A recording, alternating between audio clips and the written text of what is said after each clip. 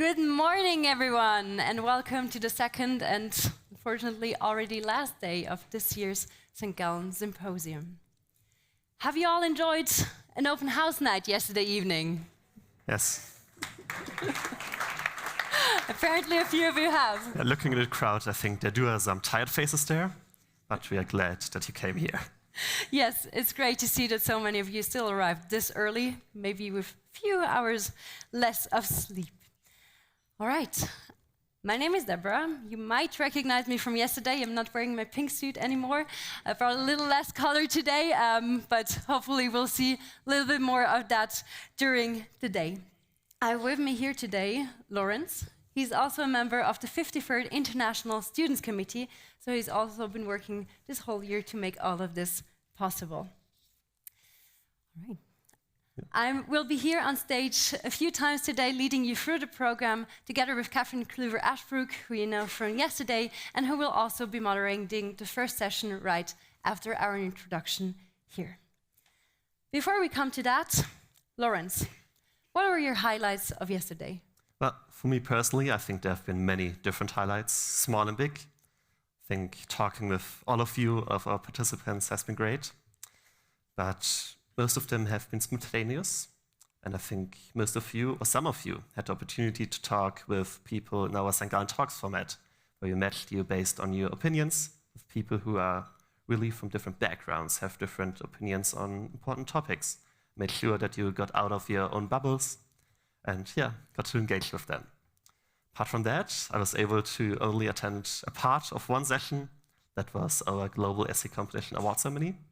There, I was really happy to see my friends and colleagues, Mauro, Nikita, and Luca on stage. They presented the Global Essay Competition, showed you what we did over the year. And I was able to see a bit of that until the storm came and all the plants fell over on the piazza. Then I had to run out again, but hey, it was at least something.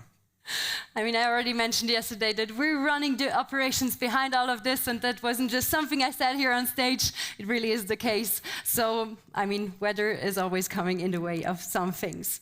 But now let's get back to the highlights. I feel like we could go on forever and talk about them, because every one of you has had their own individual highlights and experiences yesterday. But overall, yesterday was about discussing the phenomenon of intensifying scarcities.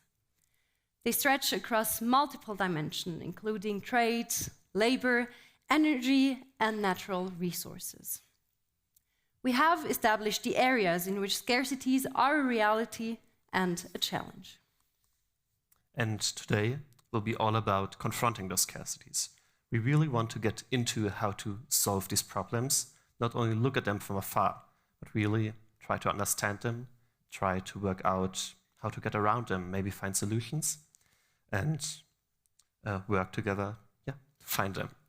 But I think one of the most important questions is, which the opinions divide, is where these solutions come from.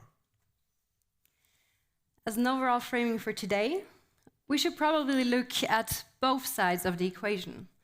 Solutions can come from the supply or the demand side, of course, to in the end close the gap. This was also represented in the Global Essay Competition question, which was striving with more or thriving with less. Today, we will ask ourselves, where should the responses to scarcities come from? On the supply side of the equation, this may be the case with innovations, new technologies, new forms of resource exploitations, one of the examples being deep-sea mining, which we discussed yesterday evening. Or where should we rather think or rethink our demand and potentially consider more radical changes, or where sometimes less, maybe more? To explore this topic further, we'll have a look at some findings we got from our Voices of the Leaders of Tomorrow report that we do together with the Nuremberg Institute for Market Decisions. And there we ask our leaders of tomorrow, but also C-level executives from companies all over the world, questions regarding their opinion on the outlook on the future of our world, of our society. And yes. Exactly. We have picked two of our favorite findings from the study, which we will share with you now. So the first one, and that should pop on this other side. I was looking at the wrong side. The first finding tells us that a majority of both leaders of tomorrow and senior executives believe that the free market and voluntary changes alone will not be able to drive sustainable change. More specifically, and you see this in the numbers as well, 63% of the leaders of tomorrow and 57% of senior executives believe so. They think that meaningful sustainability in the economy will rather be achieved via stricter rules and regulations. What, therefore, should be the right balance between market forces and interventions? Such questions will be at the heart of sessions on circular economy, sustainable food consumption, and ways to leverage financial capital for transformation. Second, this year's report also finds, again, here on the slides, finds a big gap between the opinions of leaders of tomorrow and executives when it comes to the impact of technology and the impact it will have on our future. Leaders of tomorrow tend to be much more skeptical, whereas our C-level executives believe that technology is able to solve many of our problems, especially when it comes to resources and when it comes to the change into a sustainable future, which is also what our sessions will cover today. So personally, I think those findings are really interesting. I would have guessed in both ways that it would maybe be the other way around, or at least between the generations. So if you want to read more on this study, you can do so by going on symposium.org/voices, or there's also print copies that are in the main buildings to be found. There's quite a few of them laying there, so just look out for those. And yes, we are very happy to now continue with our next session. And it will explore the future of Europe, especially considering that we had the biggest enlargement of the EU 20 years ago. I was back then 4 years old. And since then, a lot of things changed. But I just know Europe as a union with countries like Hungary, the Baltics, and many other Eastern European nations. And that is exactly why I think it is really important for us to have this intergenerational but also global dialogue with each other to help us understand how we can interact with each other, understand the difficulties in other countries, and see how Europe looks from your perspective, how Europe looks maybe from an Asian, an African, or an American perspective. And yes, that is why I'm really happy to now welcome Cathryn Clüver on stage. She is our senior advisor, she's our conference co-host and a senior advisor on Europe's future at Bertelsmann Stiftung. So Cathryn Clüver in a panel. Thank you. Thank you.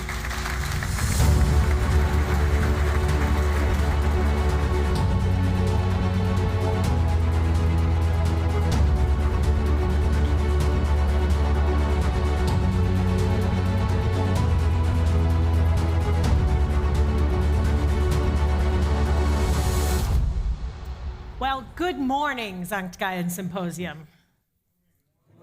Morning. Okay, Deborah was right. She told me behind the stage they're a little muted this morning. Which all speaks to the fact that you've all been doing your homework on the intergenerational conversations, right? Yes, there's a reason. Okay, my panel, please sit, and I will introduce them to you. As Lawrence just said, we are beginning this morning with a conversation on the future of Europe. The title is In a Divided World, but maybe it could also be in a potentially divided Europe, and that's what we're here to explore this morning. It's a seminal moment to be here, as Lawrence noted, because this week, 20 years ago, I was not 4. In fact, we just figured out that we were both in Brussels that very exciting evening in 2004 when we had what the Financial Times called the Big Bang enlargement. And we'll discuss together what that enlargement has done for us in the European Union, but also for the countries who are in Europe, are rule takers and try to be rule shapers, engage with the Union as it has changed over those 20 years. So we'll talk about enlargement, but we'll also talk about the future of potentially a geopolitical enlargement with the West Balkan Six, Moldova, Ukraine, and then of course Georgia, who I don't think has slept a wink over these last 2 weeks. And then of course we want to discuss the things that have driven the cohesion originally in the founding of the European Union, the European project, the largest peace project the world has ever seen, which is an idea that you would pool collectively your industries, your competitiveness, but also your democracies in a way, and think about the impact of sovereignty and the future of our joint democracy going forward. Because why is this also a seminal moment? We were just talking, the Hungarians have just kicked off their campaign for the European election, and in just about a month's time, many of you in this room will be taken to the ballot box in European elections that are always complex because they're not the same as our national elections. They're often seen as by-elections on our national governments. But this is a moment where Europe, of course, is squeezed by the tectonic plates that are sort of coalescing or coming together in an awkward way right over the continent, the pressures of great power competition, a pacing China, insecurities about the political future in the United States. Can Europe continue to be a rule shaper, not just a rule taker in this world? And what is truly the future ambition of Europe? Is it going to be a European power? Is it going to be a player? And what role does it see for itself? So I'm thrilled to be able to discuss this with this composition of the panel.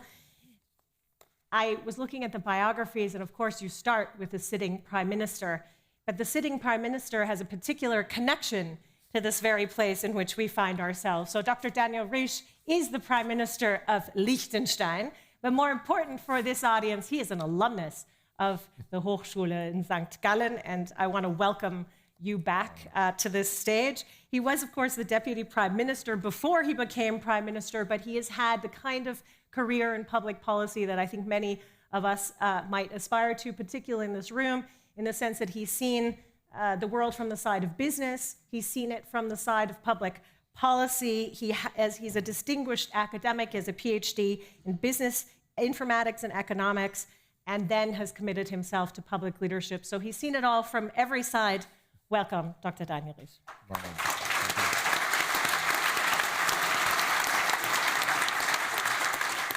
Péter Szijjártó has been the foreign minister and trade minister of Hungary since 2014, but he was once a very young acolyte to the Fidesz party, led the party's youth movement, and that was he's been in parliament over 20 years ago, which, looking at his youthful appearance, you might never know, but he has been driving Hungary's political agenda, not only within the European Union, but within the world, and we are thrilled he came to join us this morning. Welcome, Foreign Minister.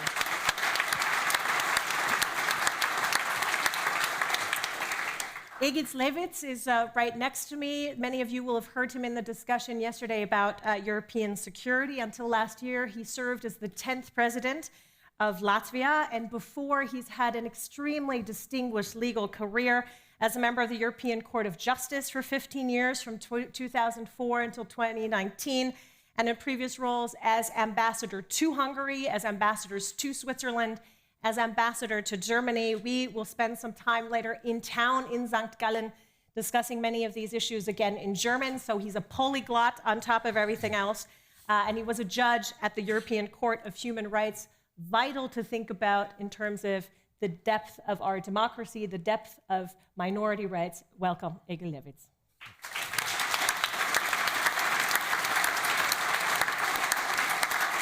And rounding off our intergenerational conversation is Dr. Anna Stünzi. I love the creation story of the think tank Foraus in Switzerland, which many of you know, but I also love that it's said with a hard F because it's foraus instead of forward. And Anna has been not only effectively a founding member of Foraus. Foraus, if you don't know, is the, I think, leading Swiss policy think tank that's dedicated to evidence-based policy making in Switzerland and international discourse and positioning of neutral Switzerland. We'll talk about the future of neutrality. She became its president in 2019 and served in that role until just about a month ago. A year ago. Oh, there you go. And, oh, that's right, 2023. I'm stuck in the past, clearly. She's a climate expert. She's a fintech expert. But most of all, she's passionate about foreign policy and Europe's positioning in the world. Welcome, Dr. Anna Stünzi.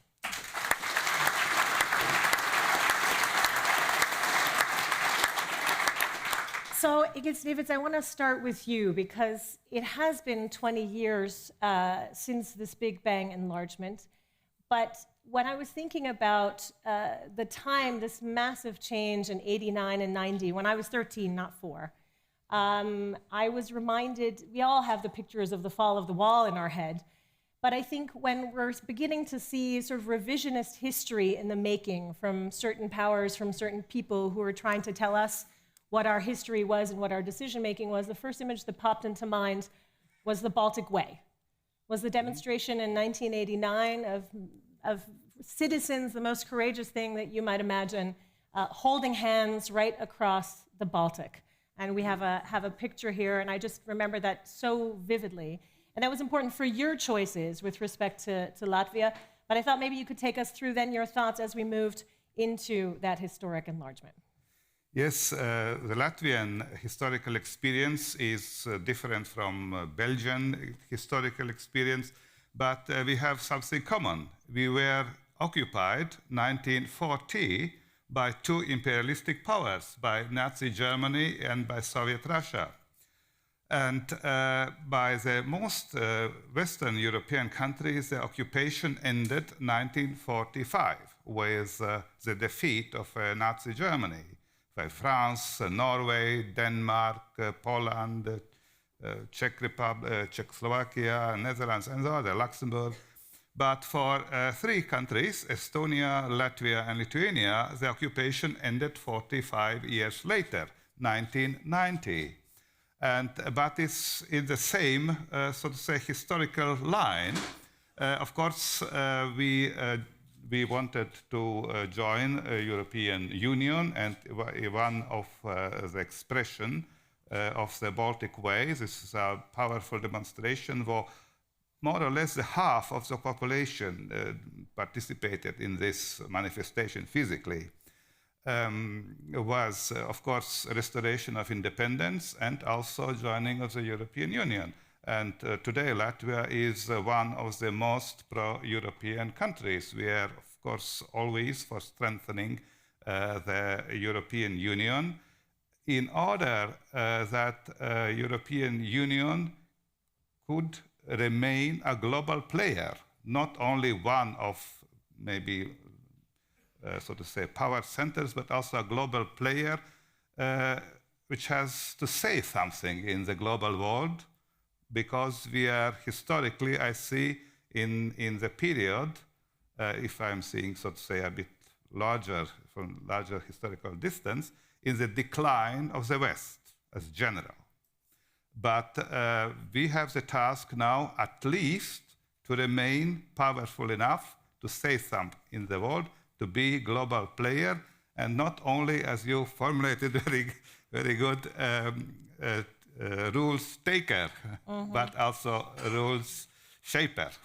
So you've centered us squarely in the debate that we are also having this week, because if you were looking to France and the Sorbonne II speech that President Macron gave, that was a much darker vision, I think an attention to sort of begin to shake up the European machinery, given what's ahead. But before we move into the immediate future, Foreign Minister Szijjártó, we just discussed that we were both in Brussels in 2004 when the enlargement happened, or when the celebrations happened, and it was this precise celebration. I remember something that I think in this room, especially as we look forward to enlargement, many of us happen to forget that bringing the acquis communautaire into legislation is an enormous task. what we expect in the European Union of every aspiring member state is that commitment to not only the rule of law and democracy, but at that celebration, Rem Koolhaas had built the acquis communautaire physically. I had never seen it physically, and it was about 4 meters long, and you could kind of flip back and forth. It's not something that any of us have on our shelf for a reason. And so it was an enormous achievement what the aspiring and then joining members were able to realize. What did it mean to Hungary at the time? And as you evaluate these 20 years, what has it meant for Hungary now? Well, first of all, I'd like to say that unfortunately we have been invaded until 1990 as well, in a way that we have suffered 40 years under a communist dictatorship. And the Hungarian people made continuous attempts to get rid of the communists, which we succeeded in 1990 as well. So we date back, gaining back our sovereignty basically to 1990 as well. And then we started the accession procedure to the European Union, which we rather considered as a re-accession, because we always considered our place among the peaceful, Christian, respected European nations. And when we joined the European Union, we had this kind of vision: a peaceful continent, a community of sovereign, proud countries putting seriously into consideration their Christian heritage. And now here we are 20 years after, and unfortunately there's a war at our continent. There's a war in our direct neighborhood, basically, since we are neighbors to Ukraine. We have been confronted with the consequences of this war on a daily basis. We have received more than 1 million refugees, mostly torn apart families, since fathers could not join the families. There are still, imagine, there are still 1,600 kindergartens and schools in Hungary where sons and daughters of these refugee families are being enrolled as students. In the meantime, we have a big debate about which position European Union should represent in this regard. We Hungarians represent a position which is very much in a minority, asking for, urging for ceasefire and peace talks to be started immediately. And there's another debate on a longer term future of the European Union, whether this should be a more federalistic construction, let's say a United States of Europe, a superstate, which we definitely argue against, or should it be a strong integration of strong, respected, sovereign member states?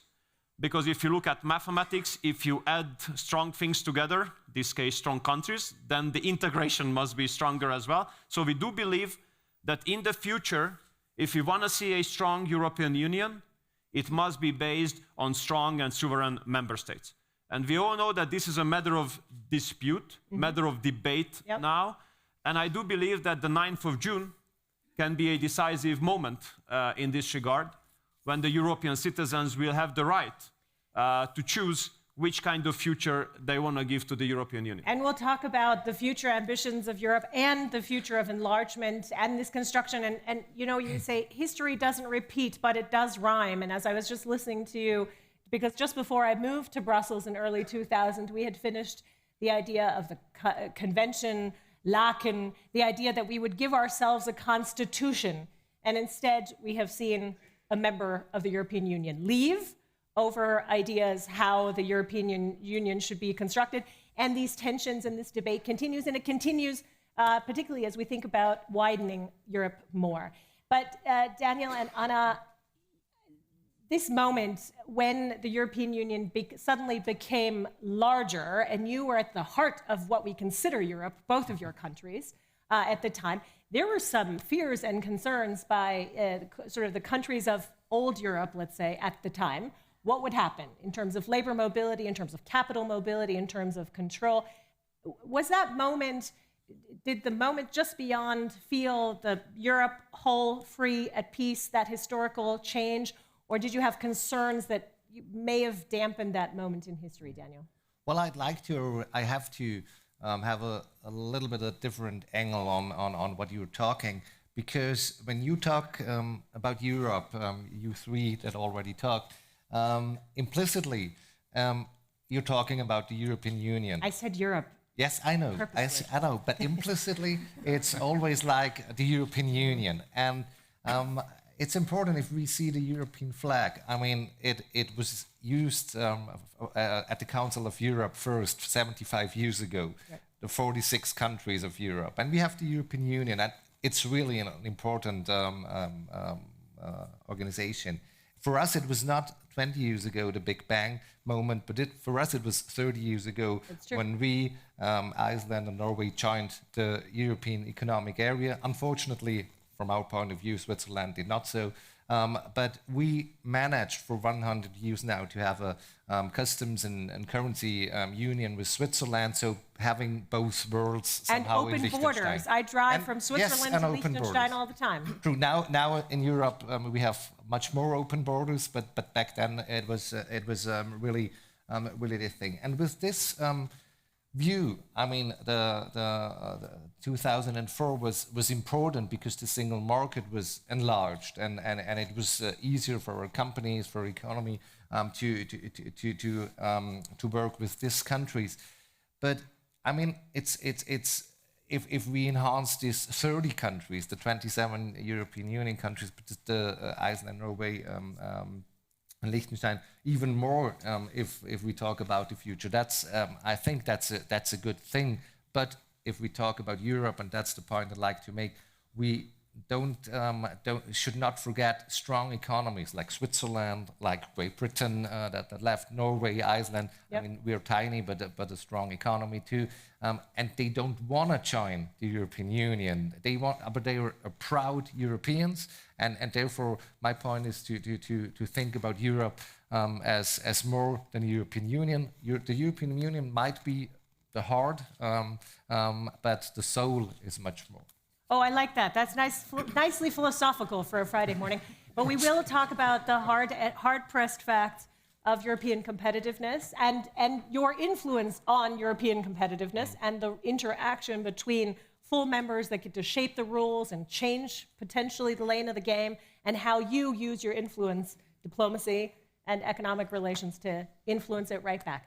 Anna, maybe you weren't exactly for, but it was probably at least something that you grew up with, grew into in Switzerland's repositioning. And of course, now there have been increasing demands. As the European Union has grown up, so has its relationship with Switzerland. So what are your reflections on 20 years of post-Big Bang enlargement? I mean, I don't mind sharing it. I was 13, so not much older.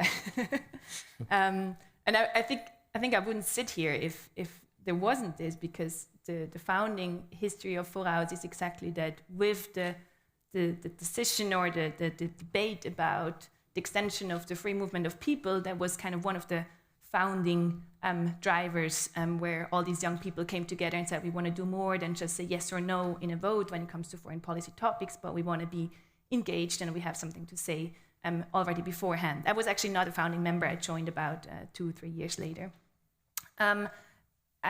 Maybe to add 2 perspectives, I think when you look at these pictures, you see a lot of confidence on the one hand side, and I think part of it is this Big Bang, how it's put back then, and also now that a lot of this happened, right? A lot of this was successful, and from this younger perspective, from a climate perspective, I think some of this confidence is what we need, despite all the challenges, despite all the big crises that we have around us and that we have to solve. But passivity is the least or the worst of the options that we can basically choose. And we need this kind of going together, and we can do it, we tackle it, and we are ready to address the problems. I think we need this confidence to go forward. And this goes, of course, not just for Switzerland, not just for the EU, it goes for whole Europe, and it goes for the whole world. The other side, I think you alluded to, was that there were some concerns, and parts of this didn't happen. And parts of this basically, now we see that in case of pressure from outside, in case of crisis, then weaknesses also kind of come out. And it's part of the homework that needs to be done, I guess, on how do you address challenges inside the EU, but also then with the other states in the heart of Europe, on how do you find a common ground, but also how, again, do you tackle these challenges? How do you find a common ground also depends on how we make decisions collectively, and the foreign minister has already alluded to the challenges that he sees, that his party sees. Fidesz kicked off its electoral campaign for the European Parliament. It was a brief speech by the Prime Minister, but it's interesting, you hear by my thick American accent that of course I'm half American, and I've spent most of my year commenting on the would-be election, the will-be election in November, but the would-be results of said election in November.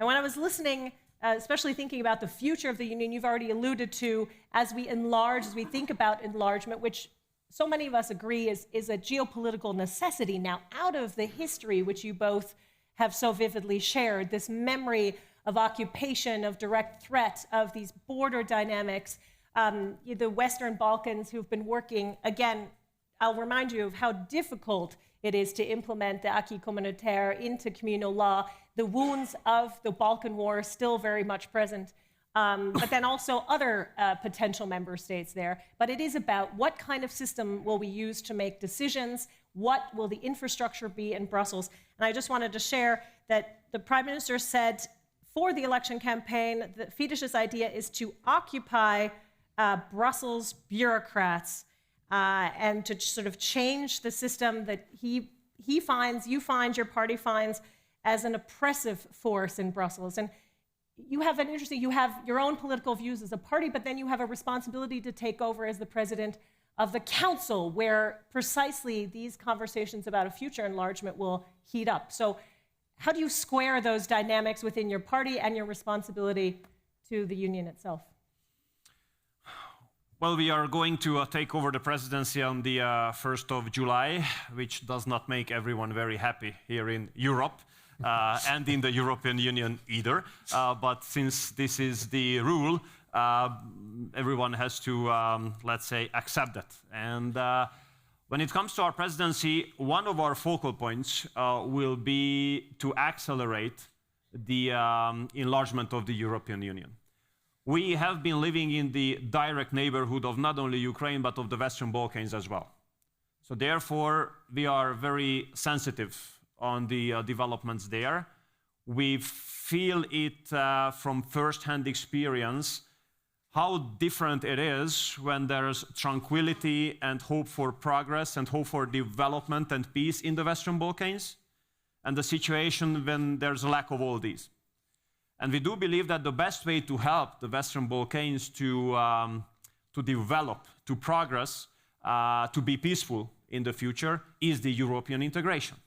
But on the other hand, I think it's a mutual interest for us Europeans as well to have the Western Balkans countries amongst us, because we feel now that the European Union is not in its best shape ever. And I was very diplomatic, unusually. Consummate professional. Yeah, and sometimes I'm hostage of my own profession, which is a problem. But anyhow, the problem is that Europe is in a bad shape, and let's put it this way.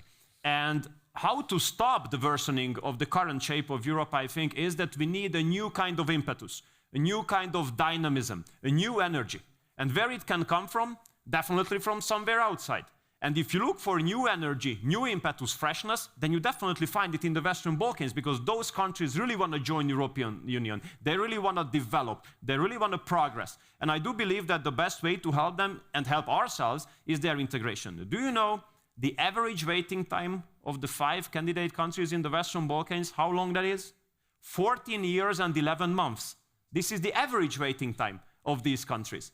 And if we keep it going on like this, we will totally destroy the credibility of the enlargement policy of the European Union. Although we think that the enlargement policy is one of the most important policies of the European Union, because I still do believe that with us, 10 of us, joining 20 years ago, the European Union became stronger. With all our debates, the European Union became stronger. And I do believe that with the Western Balkan countries, we're gonna get stronger as well. And my last thought is the following.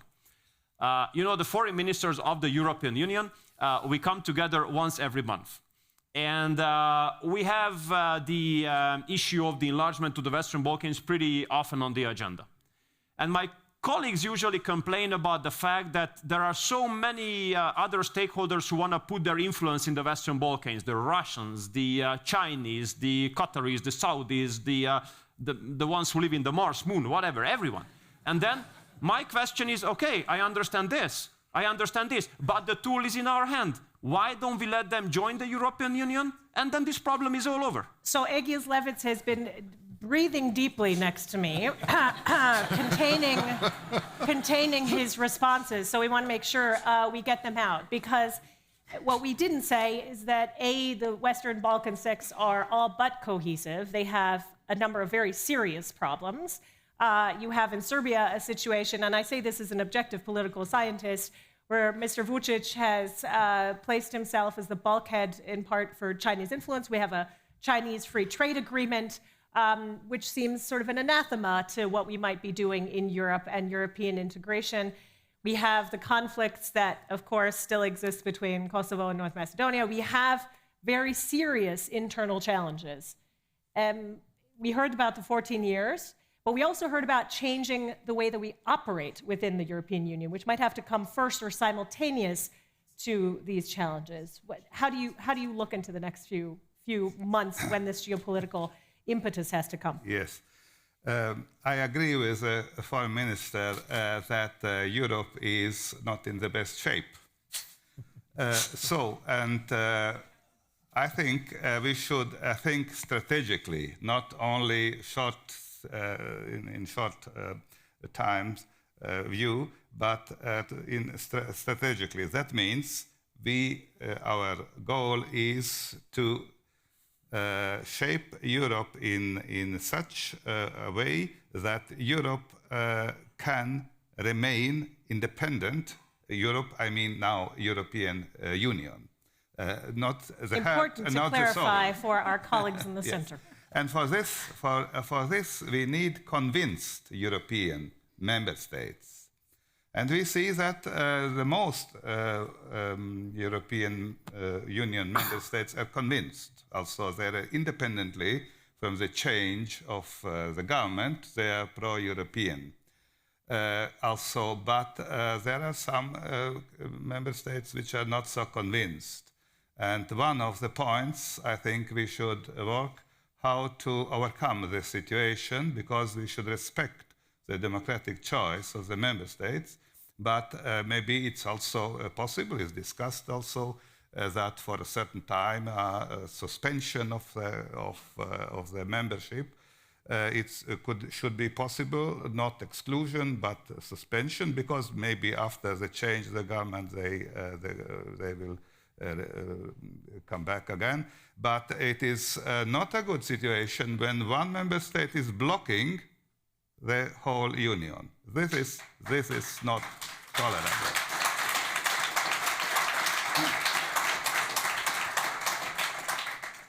And again, concerning new member states, I think also convinced member states. I have proposed already earlier that new member states should be adopted as a full member state only if there is one parliamentary election in between. Because if a pro-European government signs accession treaties, and then after an election, anti-European Union coalition or party is winning, then we have also a problem with a member state.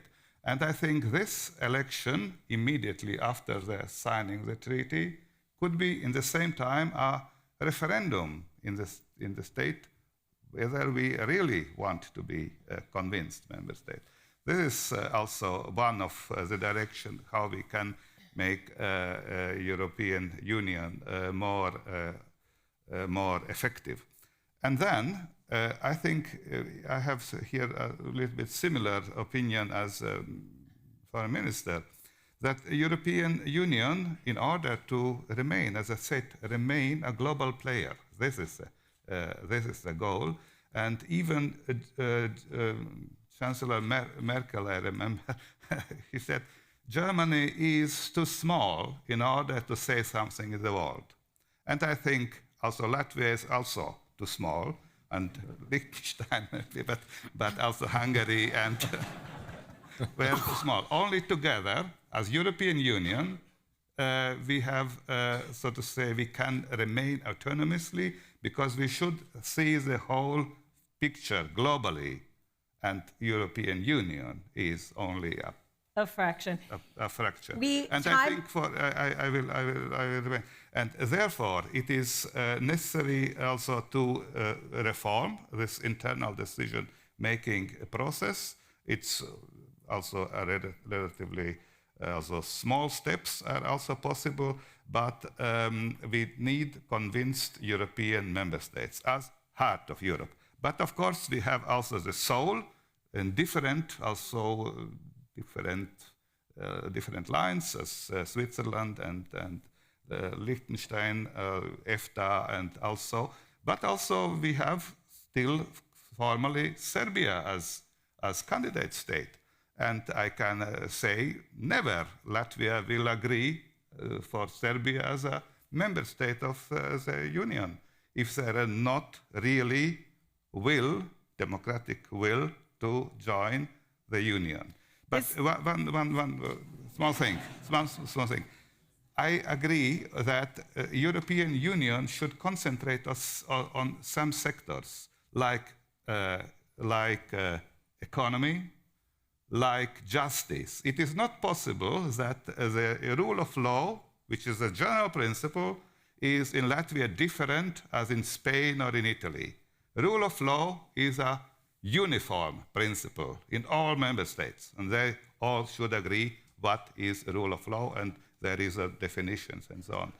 The same foreign and security policy. We will get there. We want to talk about Ukraine. One on. But for example, the culture, the history, the societal issues, they should remain national.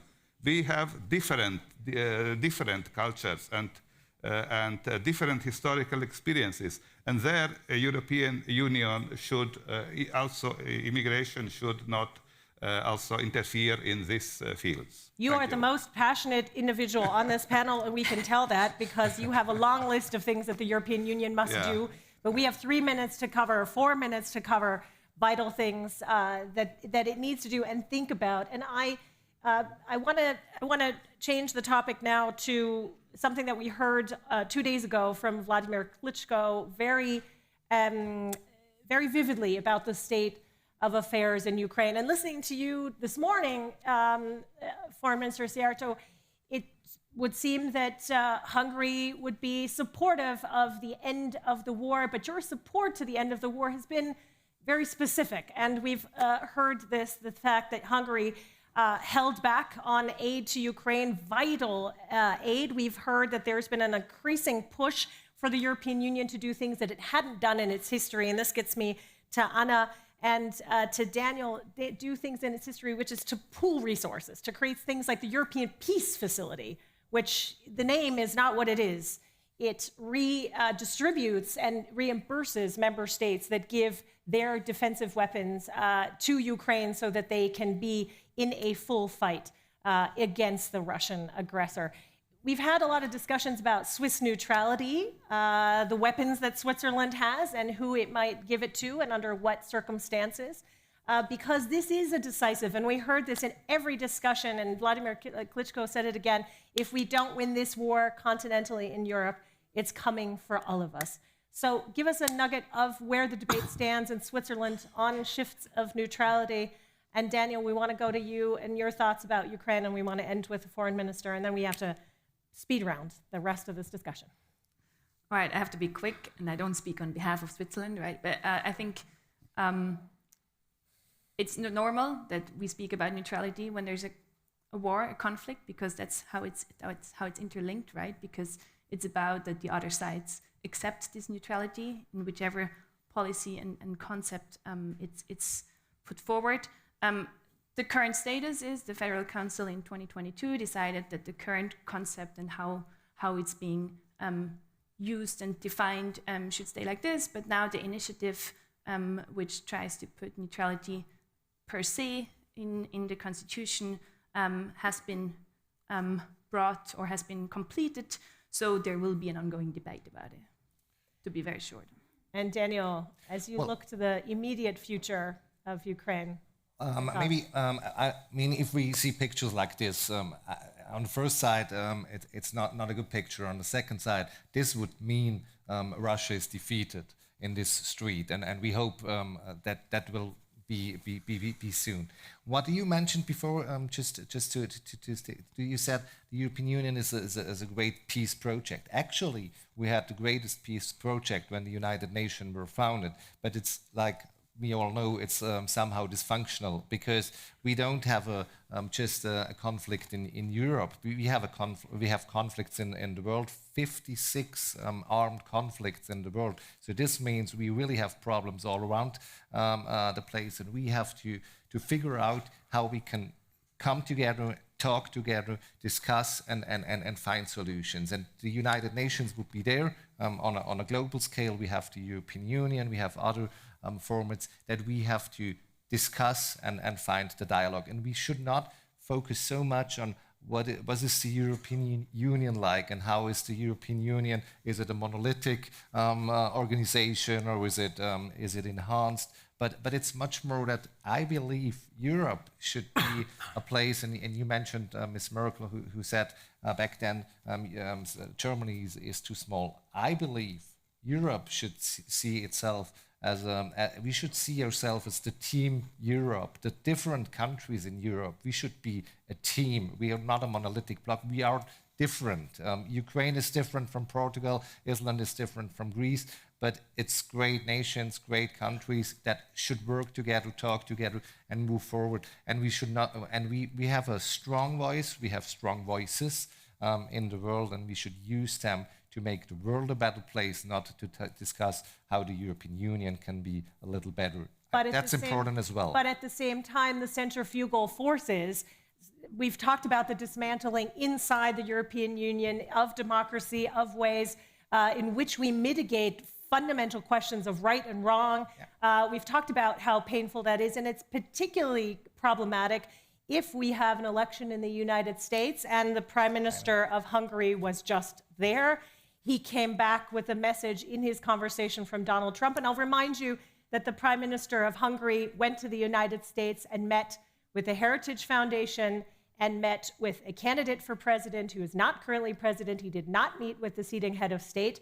And he came back with this message. And if this is, in fact, the message that Europe is supposed to take back, then it becomes more and more the responsibility of the European Union. And these differences and how we mitigate these differences, Daniel, become more and more an issue. And then we go back to Hungary, and if you say, look, we are not going to give the kind of aid, we're going to withhold aid from Ukraine consistently, potentially, because we think that this is not the right way forward, then it weakens the credibility of Europe as the stalwart of the West and of right in the world and of international law in the world. So is that a tenable strategy? Is that a strategy that you're going to continue to pursue? Look, our position is the following. I think everyone has seen and experienced in the last 2 years that this war in our neighborhood simply does not have a solution on the battlefield. What you have on the battlefield is dead people, more and more, and destruction, more and more serious. And neither of the sides can win this war. This is our position. You might disagree, many do, but this is our position. And I think what is missing now in Europe is the mutual respect, respecting the positions of each other. Our position is that this war cannot be won by either of the sides, because Russia cannot win because there's a big volume of Western weapons delivered to Ukraine. But Ukraine cannot win either because simply you cannot win over a nuclear superpower. So if neither of the two can win, then we have to pose the question how this war will end. And our answer is obvious, that this war will end with negotiations. And then the only question which remains is when. And our position is that the sooner, the better. Why? Because the later the negotiations will be started, the more people will die and the more destruction will take place. And there's one very, very special position of ours, very special angle of ours, Hungarians, which might not be respected or known by many of you. There were no Dutch, no Luxembourgish, no Swedish, no Danish people who would have died in this war, thanks God. But there were many Hungarians who have died in this war already. Because we have a big community in Ukraine, 150,000. Many members of which have been mobilized to the Ukrainian army. Many of them have been deployed to the front lines, and many of them have died.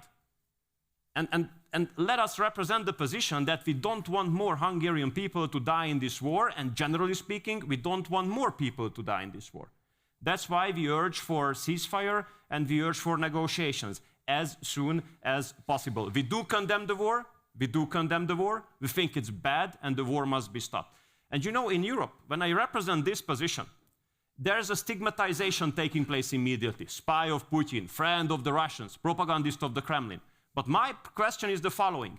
Which European politician was brave enough to represent this position in Russia, in the company of those who are making decisions there?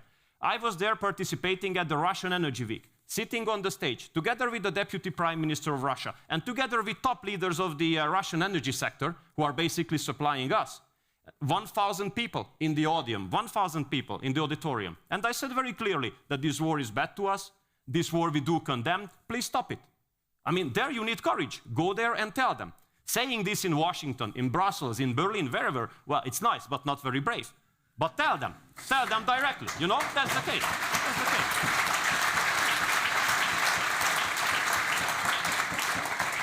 But then to limit Ukraine's resources, Ukraine's abilities to maybe join hands with Americans at forcing it, it still leaves a stronger, potentially stronger party. And Egils Levits, I don't know how credible you think Vladimir Putin is as a negotiator or his ambitions for the rest of Europe, but Tucker Carlson, in a very odd, and I say this as a former journalist, interview, asked Vladimir Putin in particular about this. And I thought maybe we'd take a look at a quick clip and have you reflect on that.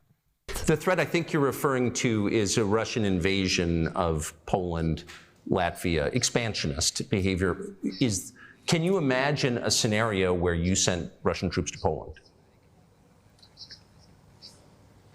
Only in one case, if Poland attacks Russia. Why? Because we have no interest in Poland, Latvia, or anywhere else.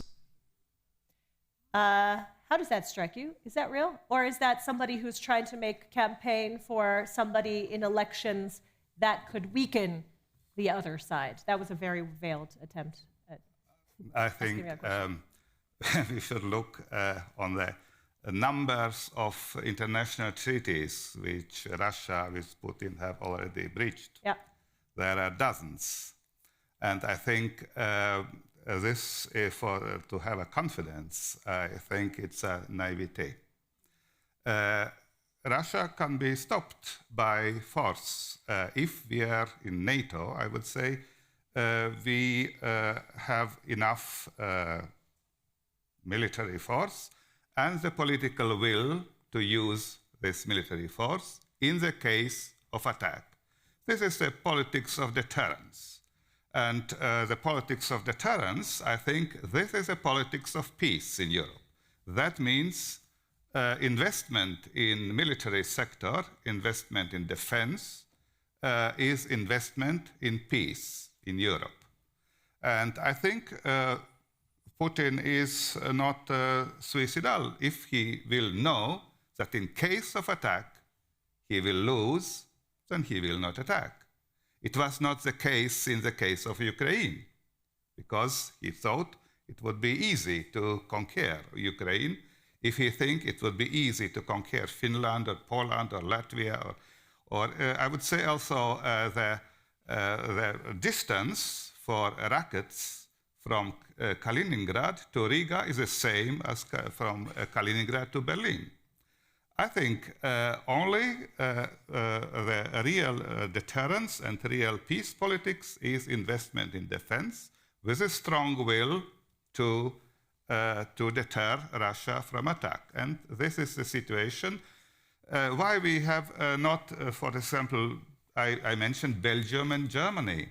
Why Belgium is not fearing Germany? It's easy for Germany to attack Belgium, but it's absurd. But it's not absurd if we are looking on the politics of Russia, because it's an ideology. But we cannot change that. What we can change is our will to defend ourselves. And I think this is the peace politics. Thank you. We are already in overtime, but this builds a bridge to the decisions that we discussed yesterday. And of course, for the largest part of the peace dividend that Europe enjoyed, the decisions between guns and butter, if you look at the Kiel Institute for Economics study, it goes up like this, right? So in the peace dividend, the Europeans really laid out to support their social infrastructure, their social state, and now we're reeling this back in to, this is an elegant word, communitarize defense spending. These are the kind of things that the Hungarians hate, the long words like that in Brussels jargon. Anna, you talk a lot to young people. You talk a lot to young people right around Europe.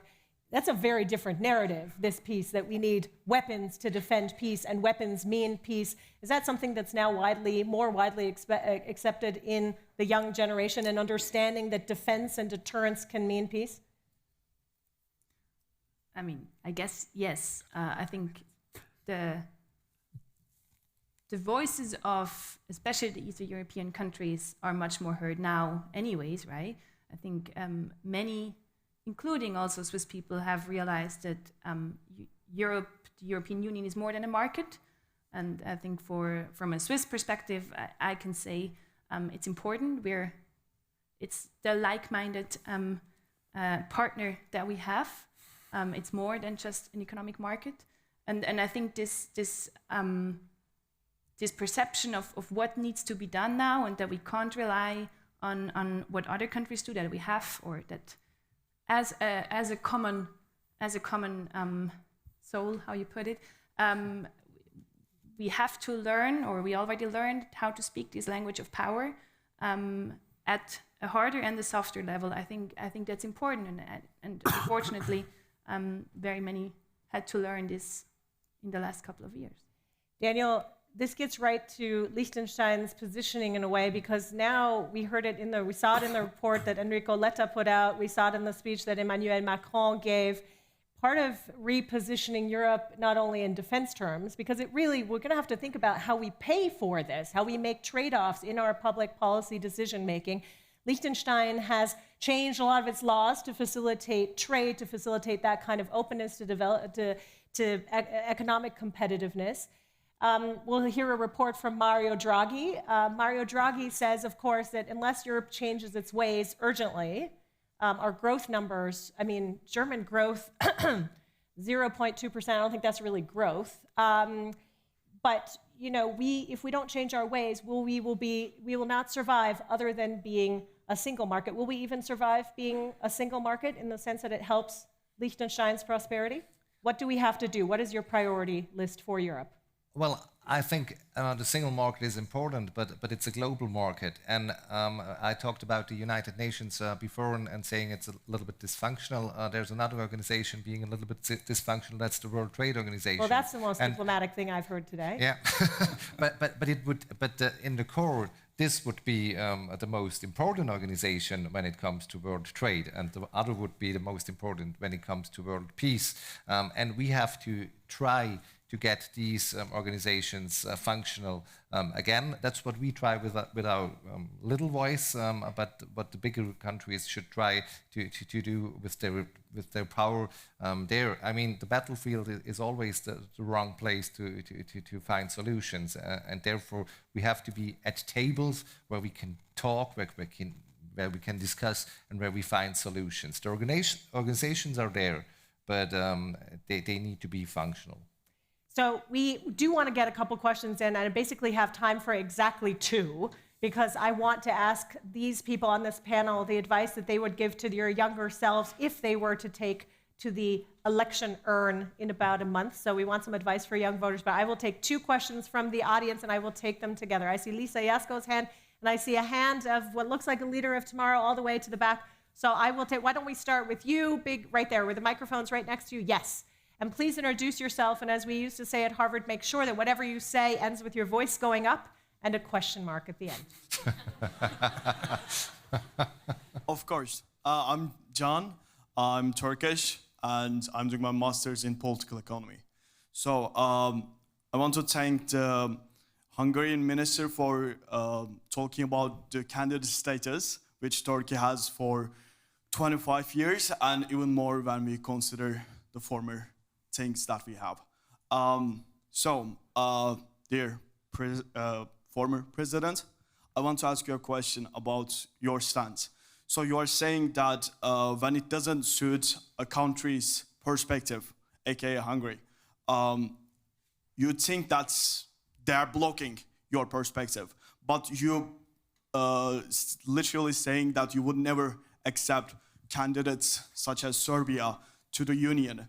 Doesn't it have a discrepancy regarding the same problem, not accepting them when it doesn't suit your country's perspective? Before you answer, Egils, I want to get Lisa's question in. Can we get a microphone over here to the 3rd row? Oh, now they're coming from all sides, Lisa. Lisa Jasko, member of Ukraine Parliament. I'll try to be short. Please. Just to remind that in my generation, we were on the streets at 2 revolutions fighting for Europe, for freedom, for democracy. And when someone wants to say to us that we shouldn't be in the EU, in other institutions, it's just you cannot take what is already with us. I want to remind you. And I have a question, of course, to the foreign minister. Do you really believe that if Trump or Orban or whoever says, okay, let's end this war, Putin will stop? Do you really believe? Do you really believe that it takes just a few actions, but it should come with the security, with the deterrence, with the vision for European Union? We shall be a member of the European Union. Please don't, I do understand this rational pragmatism of Hungary, and I respect that, but please always hear the voice of Ukrainian people. We are dying for Europe every day. Thank you. It's a vital perspective to hear. Mr. Foreign Minister, I'll have you go first, and then we'll go back to Egils, and we'll wrap. Go ahead. It's me? Sorry. Thank you so much for your question. Once again, or statement. Once again, I want to make it very clear that Hungary has been condemning this war from the very beginning. And I have to reject all those accusations which would deny this fact. From the very beginning, we have been carrying out the largest humanitarian operation of our history ever, allowing more than 1 million refugees of Ukraine to come to Hungary. We treat them well.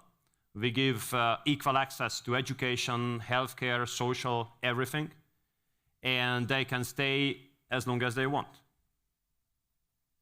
On the other hand, let me tell you that the number one responsibility of the Hungarian government is to protect Hungary and the Hungarian people from this war. So our number one goal is not to be involved in this war and to bring this war to an end as soon as possible. Because the sooner this war comes to an end, the less people in Ukraine will die. Ukrainians and Hungarians. And let me also say the following, which is not a popular statement currently, neither in Brussels nor in Kiev, I understand. But we do not look at this war as if it was ours. It is not our war. We have not been attacked, and we do not take part in this war. No European countries have been attacked.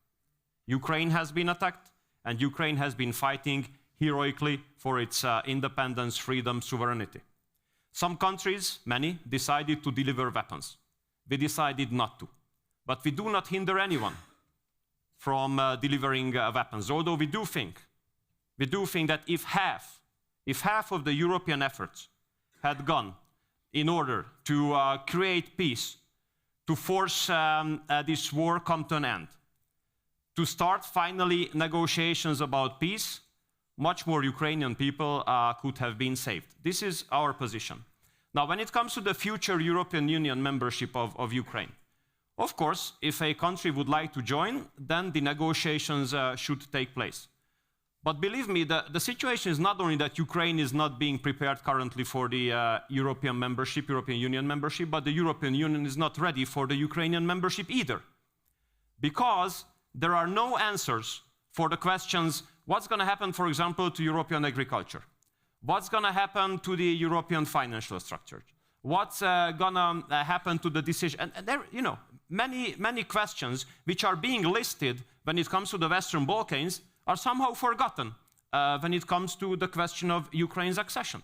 So, of course, the negotiations have to take place. This is a merit-based process. It is a merit-based process.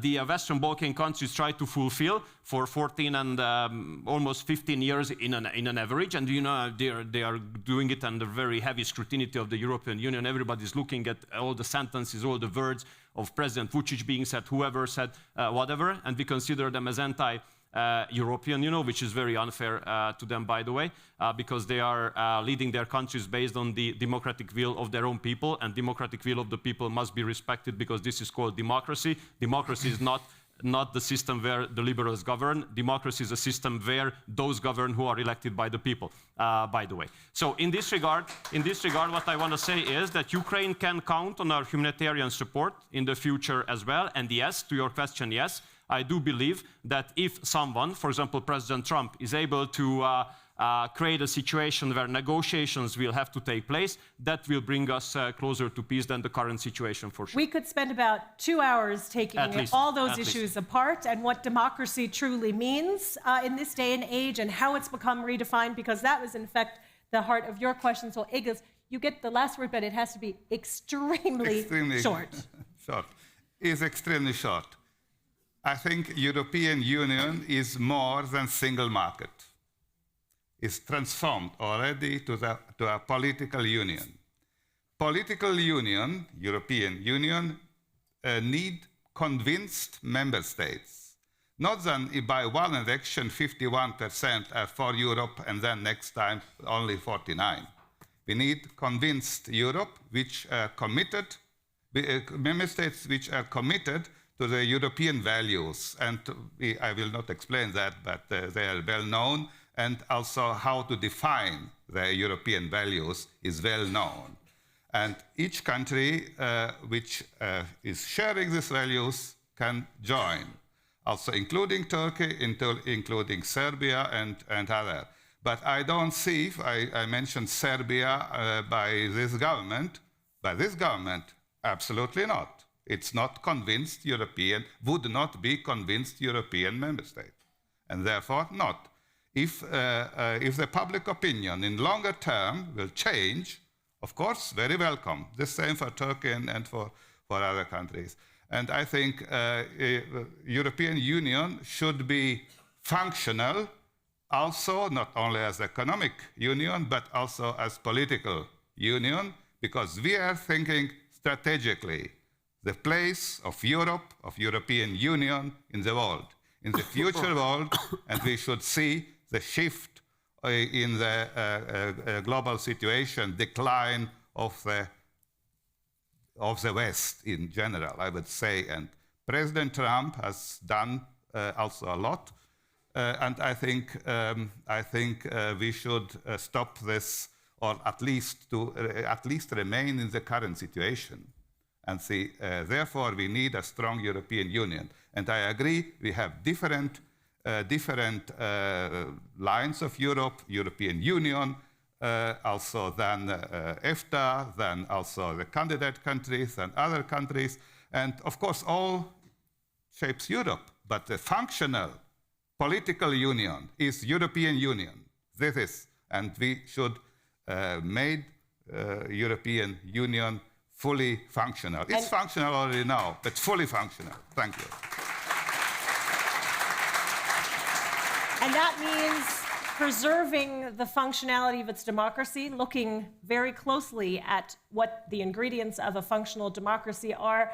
For the two non-voters in June, what's the advice you'd like to give young people who are taking to the polls in June? 16-year-old Germans for the first time. Anna, what do you want them to do? Go vote. Go vote. Okay. Daniel. I think that's the most important thing, to participate, to inform yourself and to participate.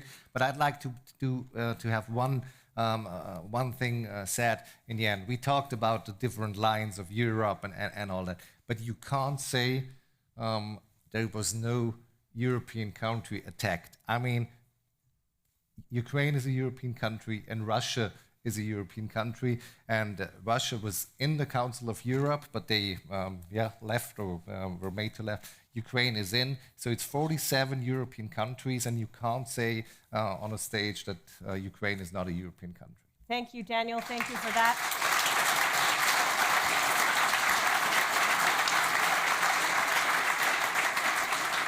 This idea, this aspiration for democracy is as old as time, but of course in the 4,000 years of human history, democracy is still the shortest time. And as we vote in June, it's also another anniversary this year. It's the anniversary of Franklin Delano Roosevelt's Arsenal of Democracy speech. And if I could just editorialize, if I want something from the European Union, is I want to hear something like this from the next president of the Commission. We must be the great arsenal of democracy. For this is an emergency as urgent and serious as war itself. We must apply ourselves to the task of democracy with the same resolution, the same sense of urgency, and the same sense of patriotism and sacrifice, because these are going to be tough decisions that Europe faces, as we would show if we were at war. And with that, ladies and gentlemen, we have lots of housekeeping for you still, but for the moment, please join me in thanking this panel for this vivid, engaged discussion.